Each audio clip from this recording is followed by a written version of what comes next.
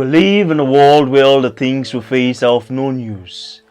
That is to say, there is nothing new you're going through that someone hasn't gone through before, which means all our circumstances are answerable. So we ask, is there something bothering you that you need answers to? Situations you think you can be removed from? No sober motivations to get you started? This is why we bring you Untold stories. Stories of men that have been hidden all this while. Together with our guests, we wish to let out the stories we know are similar to yours and showing ways they can be overcome. Log in to Facebook and YouTube every Thursday at 8 p.m. on Reality Lab TV as we delve proper into these stories we are certain can spur you up to full actualization. Discover yourself now. Reality Lab TV, your journey to self-discovery.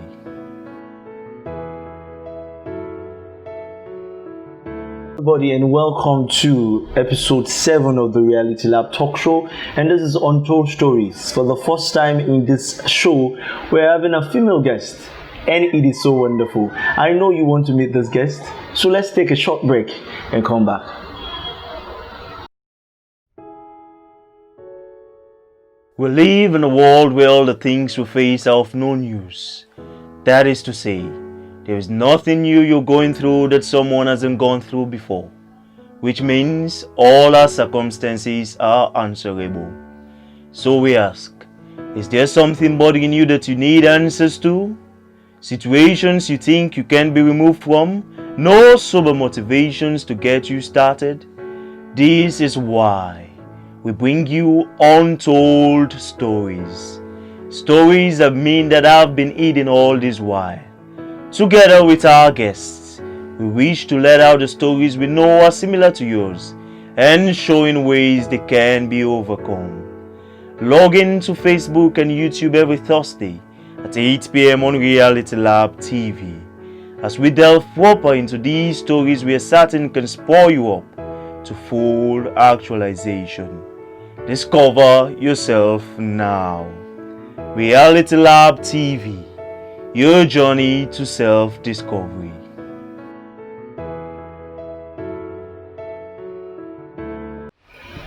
Welcome again, everybody, to episode 7 of Untold Stories, the Reality Lab talk show. As I said earlier, today we are having a female guest in our midst, and she is a solicitor and a barrister. We're one of the youngest solicitor and barrister in Sierra Leone, and we can say even not in Africa. She finished law school at the age of 21, and she's currently attached at the Michaela Conte and co-legal consultants. We would be diving deep into her secret life and knowing how she has become a young success at this age and considering agenda. She is nobody else but barrister Julia Mary Blow. You're welcome to the show, ma. Hi viewers, hello everybody. It's a pleasure to be here. Though it's unfortunate that it had to take you 7 episodes to get the first female guest, but it's my pleasure to be here. I think that will be explained. That will be explained better for another day. But I hope we have been finding suitable guests that will be female. But thank God you are the first person.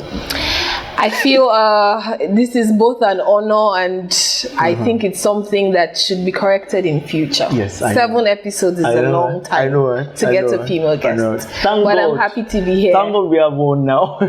So I want to start here because this is very unusual, would I say, or rare. At your age, 21 years old, you were called to the bar. Yes. And that is so unique and rare, and I believe a lot of young people out there will be looking at really and asking a lot of questions. So I want us to start there. How did it happen? What actually? Just give us an insight of what's up with that. So basically, my entire academic journey started as early as 1 year, 6 months. I I started crying to go to school very early. My parents normally leave me home, but all the other kids who I stayed home with would leave to go to school. And so I always had to cry. I'll chase them, I'll run after them to follow them to school. So my parents decided, okay, let's give it a try. I mean, what's the worst that could happen? So they paid for me. I started going to school at 1 year, 6 months. Yes, please. Okay.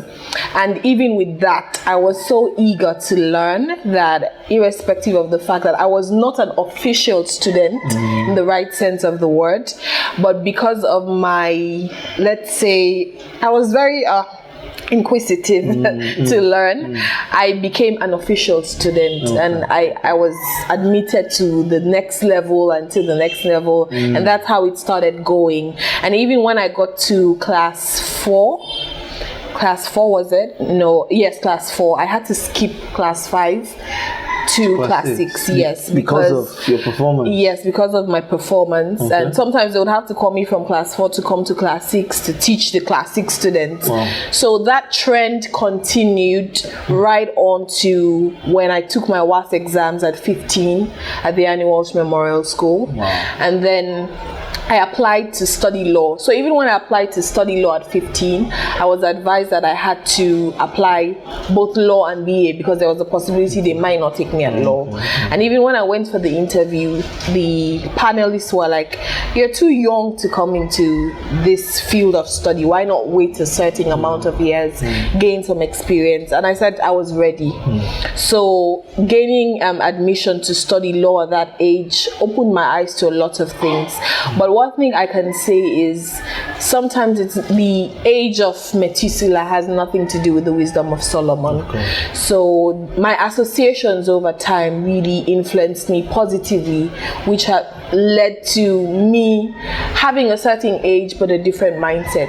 Yes, I was 15, but I can tell you that I had the mindset of a 20-something-year-old. And my attitude always was that at a certain age, I should complete this. I should be done with this. It was always stuck in my mind. I always had this thing in my mind that I want to finish this at a certain age. And I always set goals. I always had goals. So even when I was delayed, because technically because of the Ebola and everything, I should have completed my 20th. I didn't like that. I didn't like that at all. Like it was not my intention to finish on my 21st. But then things happened. It happened that way. And one thing I can say for a fact is over time, the opportunity that I had also helped me. My family background, the encouragement from so many stratas of society, not just my family, but people who came on board in my life, who inspired me, led me to this point. So it's not a success I can claim on my own. I would say paramountly, it has been God, my family, and people who became family over the years. You spoke on something I just wanted to come to. Now we have a society that frowns on people that are ambitious enough to achieve some things at a certain age that they might have not achieved at that very age.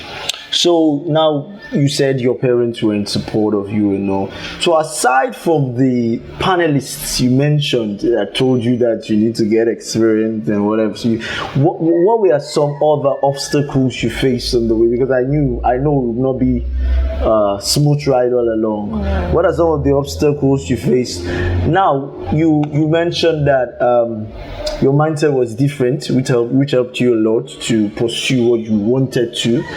But now we have this environmental pressure that might have been around. I know the cause alone law, caters for people at various ages, people that are studying masters, people double degrees and all of it.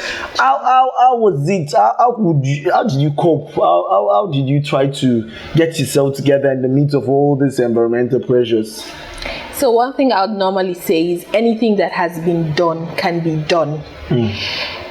For every single thing, I mean, there are people who have broken glass ceilings, there are people who have been the first to do things before, but my most important goal was focusing on the fact that if somebody has done it, why can't I do it? So that was another thing that was constantly on my mind, irrespective of all the surrounding challenges that I faced. It was always on my mind that if people have graduated from this same cause, what is wrong with me? What is different? I know that my age was sometimes a cause for concern for so many people. Like you said, you're very correct. Not just the panelists that day, not just even people in my family were concerned. I had uncles, I had aunties who advised my mom, don't you think you're pushing her too much? Don't you think it's time to like allow her to go through the normal course, like not go too fast because she's going too fast?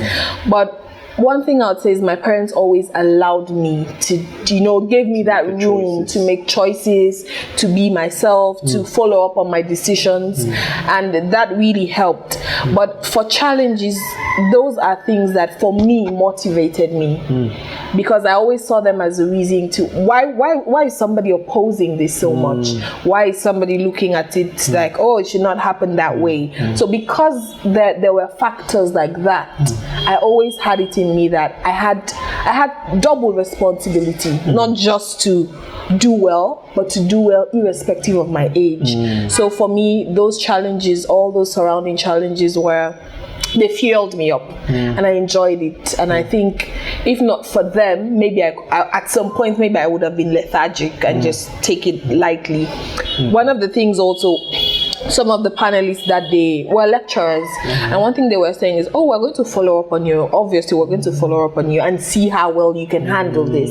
Because I'm thinking in their head, they were thinking like, oh, she's probably not going to be able, all the pressure and everything. Maybe at some point she's probably going to leave the cause, or she's probably going to have phases where she'd have to skip some certain things. But just that thought that in their head they're thinking it's not going to be possible. I owe that responsibility not only to my family but to other people who are coming up, that it can be done. It should be done. As long as it was there, it was always a motivating factor for me. Wow, this is great. I'd want to ask this question. Now, during the course from year 1 to the final year, studying the law, the degree, how was it like? What was your experience in general? Because I've heard a lot of stories about, the law course, about how it is challenging, how you have to get few references before ending the course. Some people just take it as a norm that this must happen. I love the fact of when you're saying that certain things that people oppose too much. Sometimes I think the same way and begin to ask questions. Why are people opposing this particular trend, this particular path that someone might want to take? It means that there's something good out of it. Then it even gives more impression of some young people making challenges to go through that, and then I believe you already did. So tell us about your experience through the 4 years course.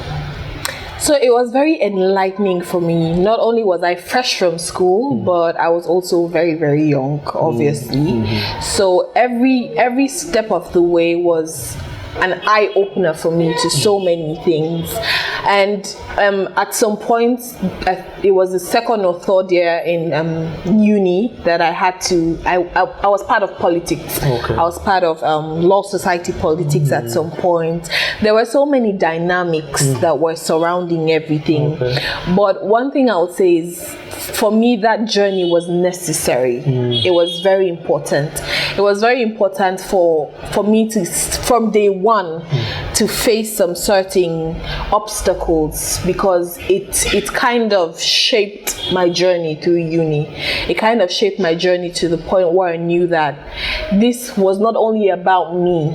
It far outgrew or far extended just me. And it also shaped the kind of people I associated with. So at some point in class, there were sometimes I would see elderly classmates, and I'll call them auntie or uncle. And some of my friends were like, oh, I'll quote in Creole, or you can't university, who's auntie or who's uncle Landy. But I knew why I was doing that. I knew not only because of the kind of home or background that I came from, but I knew that association with these people would prove positive influence to my journey.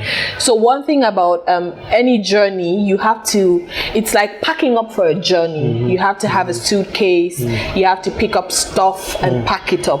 And whatever stuff that you put in that suitcase has to be one that has to help your journey positively.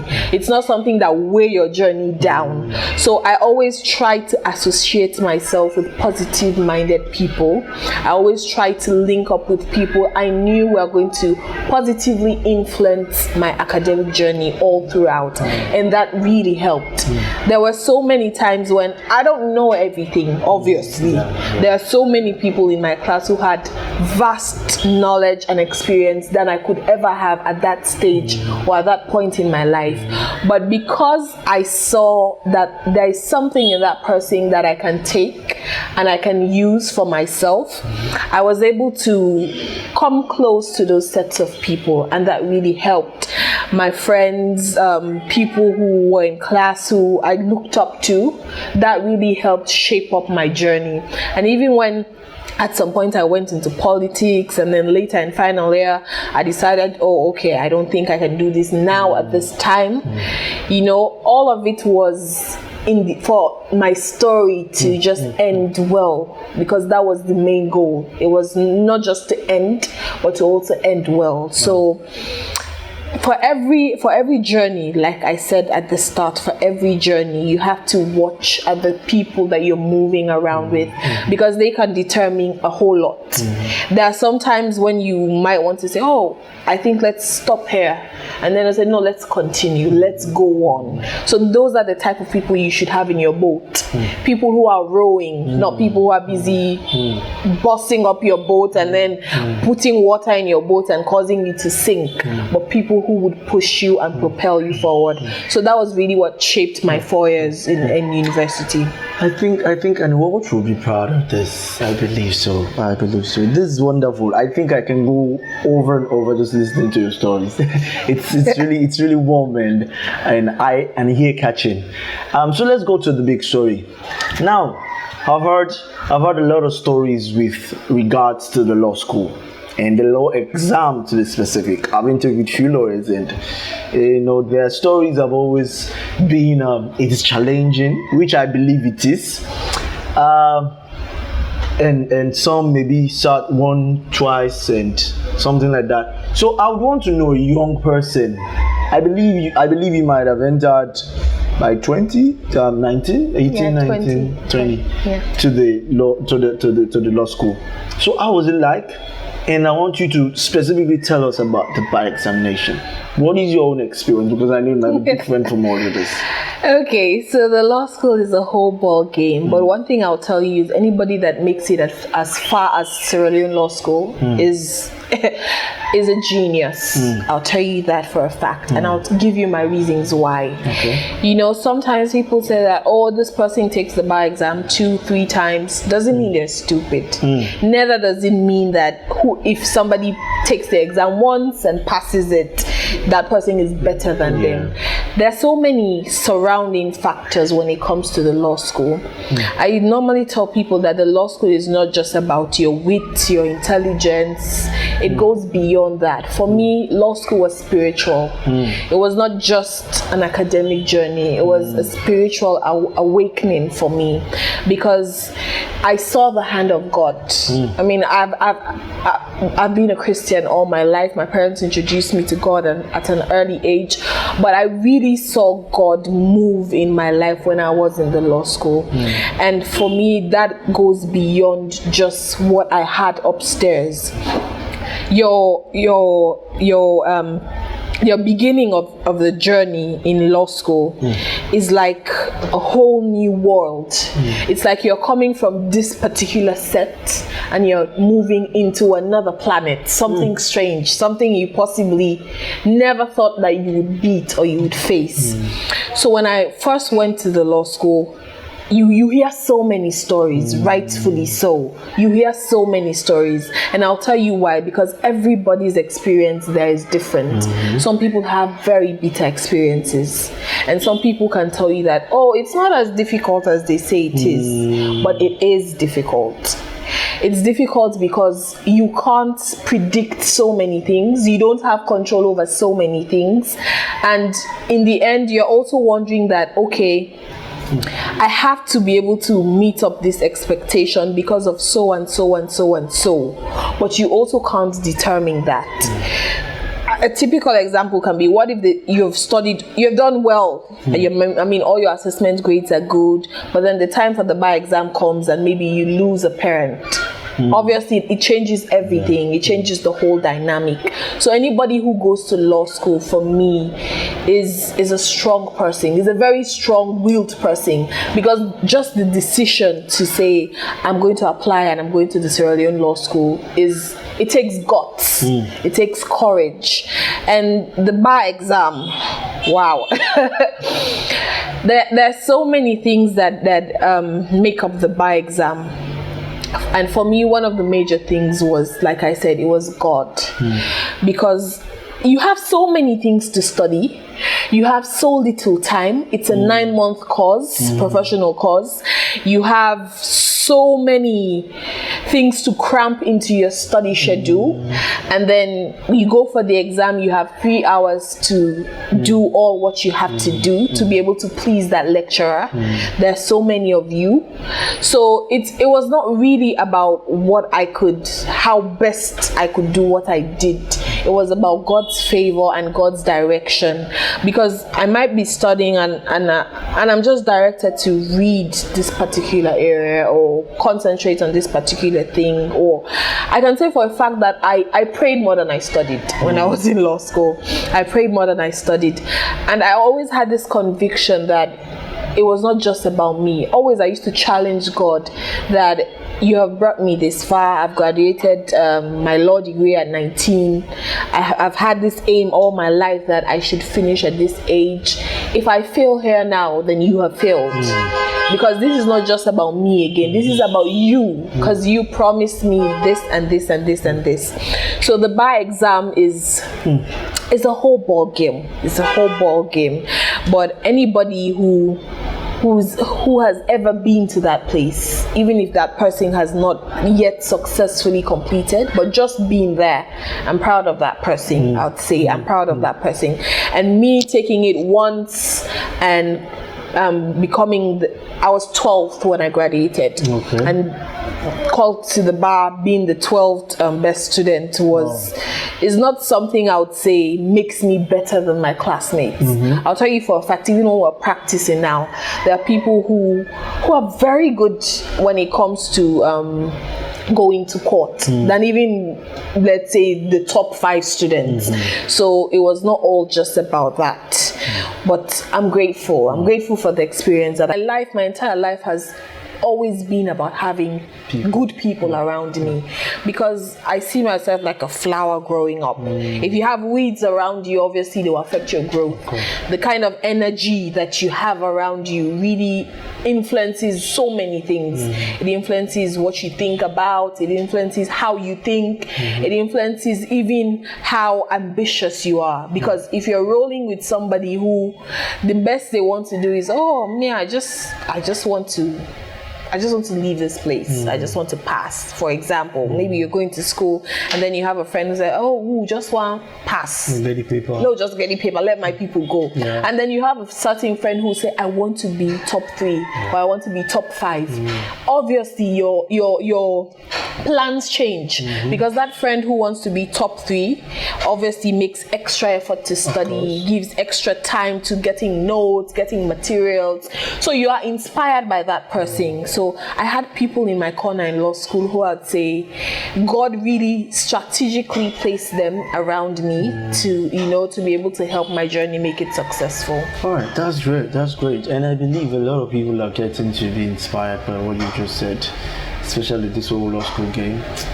But it is well. So, brethren and viewers, to be specific, I want us to take a little break and let us come back and try to know your practicing aspect and other aspect of your life that is going on now. So let's take this short break and come back. We live in a world where all the things we face are of no use. That is to say, There is nothing new you're going through that someone hasn't gone through before, which means all our circumstances are answerable. So we ask, is there something bothering you that you need answers to? Situations you think you can be removed from? No sober motivations to get you started? This is why we bring you Untold Stories. Stories that mean that I've been eating all this while. Together with our guests, we wish to let out the stories we know are similar to yours and showing ways they can be overcome.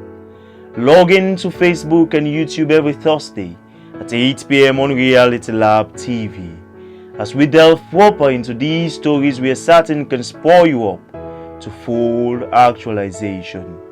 Discover yourself now. Reality Lab TV, your journey to self-discovery.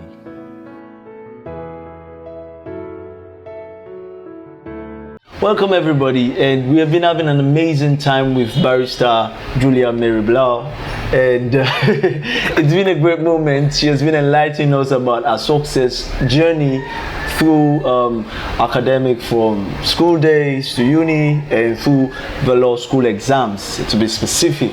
And by the grace of God, she's here as a successful barrister. So I would love to ask some certain questions before we round off this interview. One of the things I believe might have been affecting a lot of young people through their pursuits in academia or otherwise, and trying to get successful in their life, social and relationship life. So few people might have been asking now, so barrister, how were you socially? How did you cope with pressures from relationships to parties and all the other stuffs around? Can you just tell us a little bit about that? Okay, so for most people who know me know that I am a very social person. Okay. Very social and very outgoing. And at some point, some of my friends refer to me as the life of the party. Wow. So I know it might be a different ironical picture. Yes. It doesn't. The two don't seem to combine. But I'm actually a very social person, and I won't say that it negatively affected me, because one thing that I was able to do was to always separate the social from the academic when that time came. And thankfully I was able to manage that. Not everybody can. I mean, for some people, if they're going academic, it has to be purely academic. For some people. So you're telling people out there to know themselves, because for you know that you could manage it very well. Exactly. While some people cannot manage theirs. Exactly, you're spot on. So basically you have to know what works for you. Yeah. What might work for one person might not work for another person. But for me, being social and being academic at the same time worked well for me. For me, in fact, I worked well under pressure. I'm the kind of student who I had to have pressure. They had to pressurize me. So, for example, when it comes to exams, I don't read way ahead. It's also a gift, because sometimes I see like I have maybe some form of a telepathic brain. So I don't read way ahead of exams. No. I need to have that timetable hanging up there, and okay, I have a paper. Oh shit, you need to read this. Things are getting down. Like, man has to get busy. I had to have that pressure. So for me, my social life, it was kind of interesting. It didn't start early. It didn't start early, because imagine back when I was in secondary school. You were just I was a baby. So it didn't really start early. I did have very outgoing friends. I mean, for me, I can't have boring friends. No, we don't do those things. I can't have, but I really had outgoing friends. I had friends who were way older than me. I mean, they always use me as an opportunity to, teach somebody, like, come and sit down here. You don't know this, come, let's tell you. But it was very interesting. And my social life really started when I went to university. I mean, I explored. I wanted to, get the experience of so many things, and I really did. And when it comes to dating and those things, for me, I don't allow that to get in the way of my goal. Like, if you no. I did date. Okay. I mean, I did date. I had relationships, but guy, you're not as important as my future goal. Like, what is always very important to me is making sure that I achieve my goal. And if you're going to be a hindrance to that in any way, I'm gonna cut you off. And I'm gonna do that not because I don't have respect for whatever relationship we may have built, but because to me that is important, and that is something that is going to stay with me than what we share.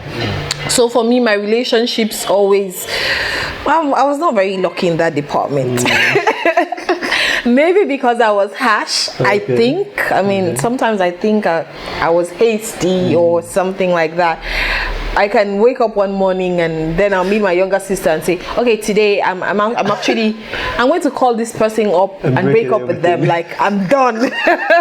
So just like that. So wow. It was something that was mental. It had to do with my mental state of mind. Like, maybe I might think of it the whole night and say, I don't think this person is really adding much, or I don't really think that it's helping me in any way, so I'm gonna just cut it off. I mean, I try to keep a good relationship with people I've had relationships with. I try to maintain a good, relationship with them, because we're all young, we're all coming up. Life, you don't know where you meet somebody someday, somehow. So I try to not make things messy, but if I feel like you're dragging me down in any way, even my peace of mind, like if I feel like I'm getting attached to a certain way that it affects me and it affects my output, I'm gonna cut you off. Because my guy, my goal of being a barrister or a lawyer at that time was far, far, far more important than any boy or any guy or anything. So if I felt like you didn't take me too seriously, I'm gonna cut you off. So all right, so tell us about the lucky guy, the lucky man. Because I can imagine as important as your cause was, as you mentioned, this ash, and I can imagine, how did he? That is a very interesting question. I don't even know where to start. Okay, so he's basically somebody I never expected to date. It was not in my mind at all at any point in time. So even when it did happen, sometimes I usually tell him, like, how did we even get here? He's my senior. I met him through church, and then obviously he's my senior at the bar. We practice senior for me, and we met through church. I've been seeing him around. I didn't like him. I always tell him that, like, I didn't like him. Like, I felt like, okay, all these lawyers, they feel too good about themselves. I didn't want to date a lawyer at all. At all. I don't. That was never in my contemplation. I was like, no. Like, I feel too good about myself, and somebody else who feels good about himself. How will that work?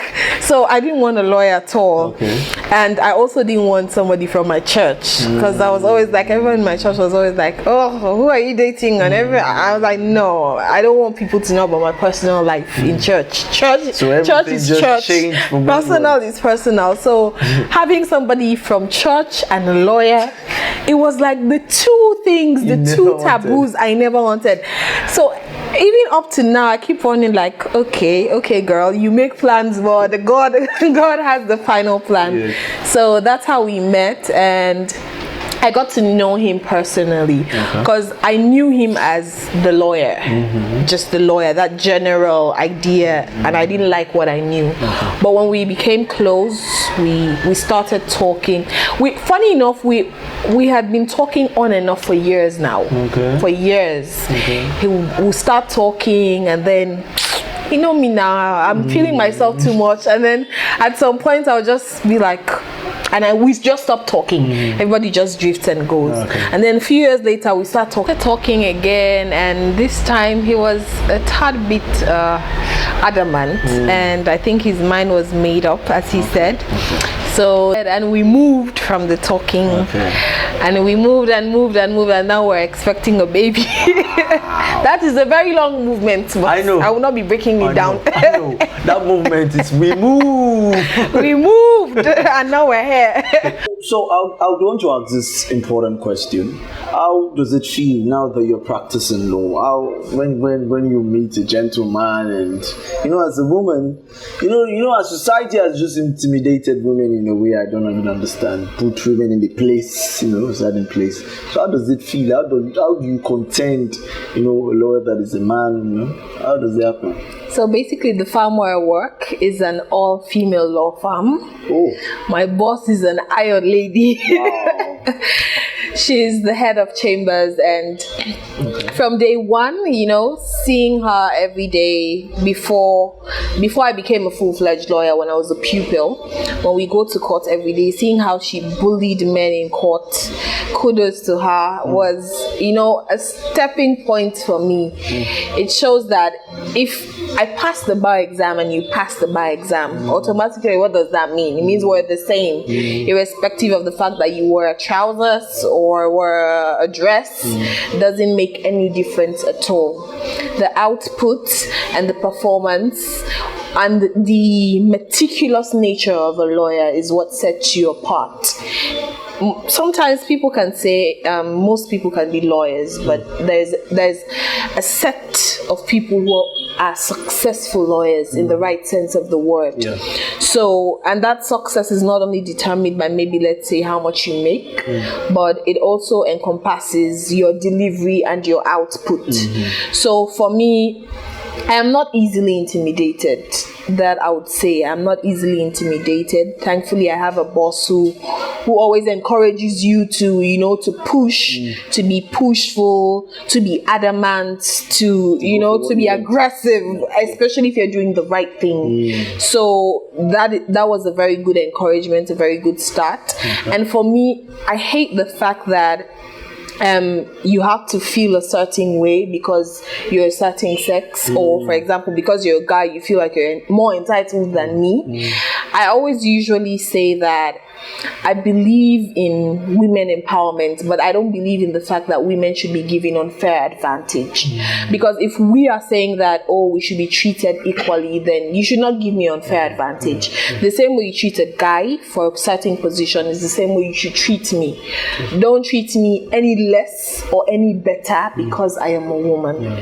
So treat me just like you treat one of the guys. So I believe that as a woman, you don't have to feel a certain kind of way because you're in a certain position and you feel like, I should get more or I'm entitled to more because I'm a woman. No, what makes you entitled to more is your delivery, your output, your performance. Let people watch you and say, she can do it. Not, she's a woman, let's give it to her. No, I don't believe in people handing things over to a woman on a silver platter just because she's a woman. Work for it like how any guy would work for it. And that way, and if they don't give it to you, then that's when hell should break loose.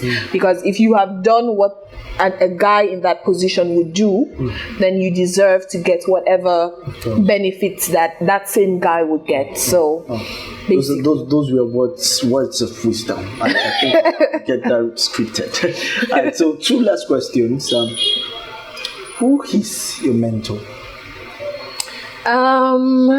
Wow, that is a very broad question. But one person I would say is my all-round mentor is my mom. I'd say all round because at different points in my life, I have different mentors. I have different people whose journey I look at and say, okay, I really need to pick out this and this and this from this person's journey and institute it into mine. But my all round mentor has been my mom. And funny because she's not a lawyer. She didn't study law, but how she has applied herself through life generally. I have picked so many things from that. I have picked from the spiritual aspect, from the personal aspect, the moral aspect, the social aspect. I have looked at her life, and I say, sometimes I tell her that if I had one thought of you, I'm okay. I'm set for life, just one thought. And I always wish that my children would, become or be like her, or, take her attributes. So my mom has been my all-round mentor. I have people in my life, I'll tell you, who have been very inspirational, who have looked at my journey and said, I want to be part of this. I want to help. So many people have helped me, I'll tell you for a fact. So many people, be it financially, be it morally, be it through advices, mentorship, support, so many people. And now, since she's the most recent person, I would say my boss. Okay.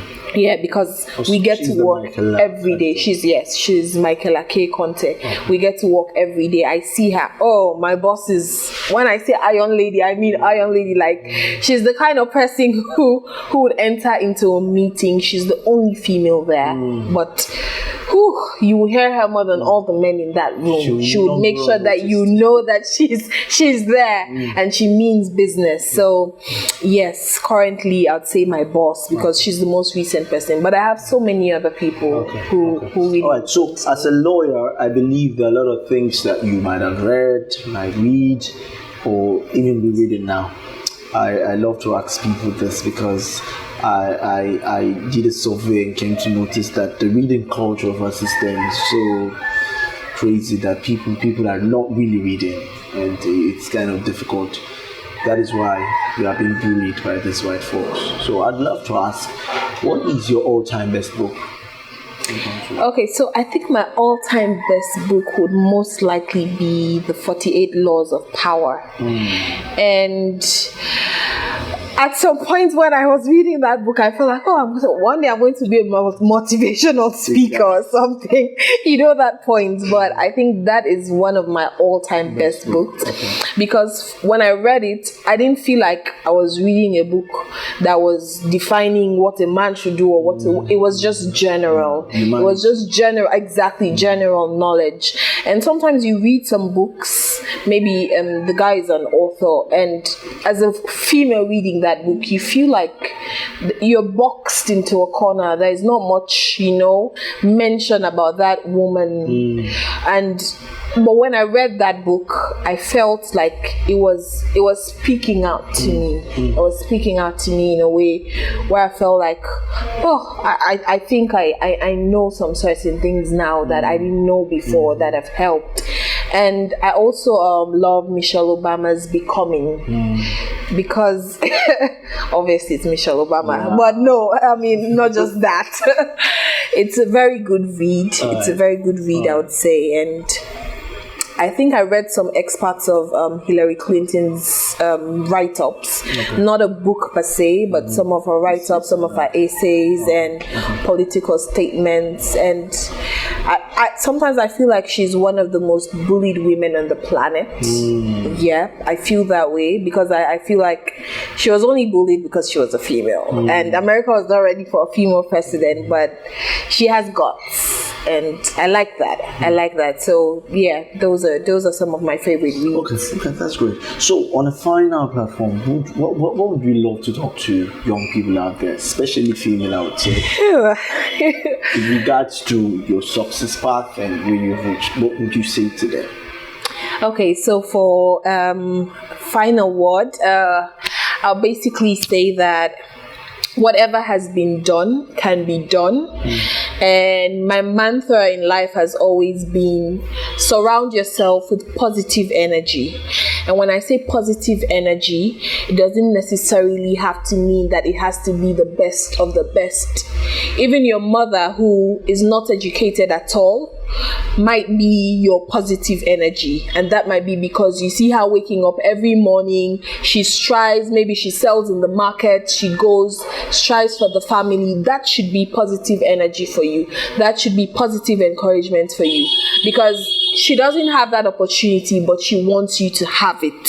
So surround yourself with positive energy in whatever form, and live your life to the standards that you can manage. If you know that you're going to school and your mother gives you lunch to buy beans and bread, find a friend who buys beans and bread. Don't look for a friend who goes and buys chicken and something else, and you don't have that money. It causes you into different paths that might affect your journey. And another thing I would say is do unto others as you want them to do unto yourself. Because in life that is very important. Always think that if this is done to me, how would I feel? So why should I do that same thing to the next person? And love your journey. Don't compare, because comparison is the thief of all joy. One person's story might not be the same. I might have completed at 21, but there's somebody who completes at 55 and goes on to do exceedingly well, more than maybe I will ever do. So don't compare. Comparison is the thief of all joy. Your story is unique and beautiful. Embrace your journey, embrace your struggles, embrace your challenges, because they would in turn, tomorrow you're going to be sitting here one day and explaining it to people. So love every part of your journey, love yourself, and most especially respect yourself, because until you respect yourself, take yourself seriously, somebody else won't. Sometimes I wake up in the morning, I look at myself in the mirror like, girl, you are amazing. Like, I don't need anybody to tell me that. I am not confused about my level of importance. I am not confused about how wonderful and amazing I am. I am very sure of that. Nobody needs to tell me, because I know I'm special. So embrace that part of yourself, love yourself. You have the whole world at your feet, girl. The whole world, and it's no kidding. Wow, thank you very much. That is You're great, welcome. and I believe that might have speak a lot to you watching this video. Thank you very much. So this is all we have for episode 7 of Reality Lab Untold Stories, and we have been having barrister Julia May Blow on our podium this day. So keep it locked in to Reality Lab TV on YouTube and on Facebook every Thursday. God bless you. Have a blessed day.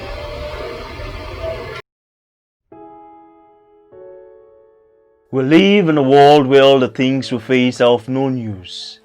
That is to say, there is nothing new you're going through that someone hasn't gone through before, which means all our circumstances are answerable. So we ask, is there something bothering you that you need answers to?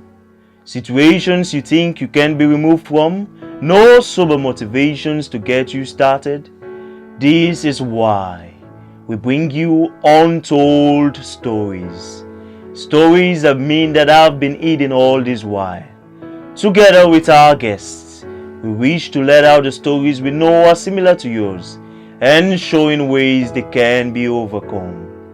Log in to Facebook and YouTube every Thursday at 8 p.m. on Reality Lab TV as we delve proper into these stories we are certain can spur you up to full actualization. Discover yourself now. Reality Lab TV, your journey to self-discovery.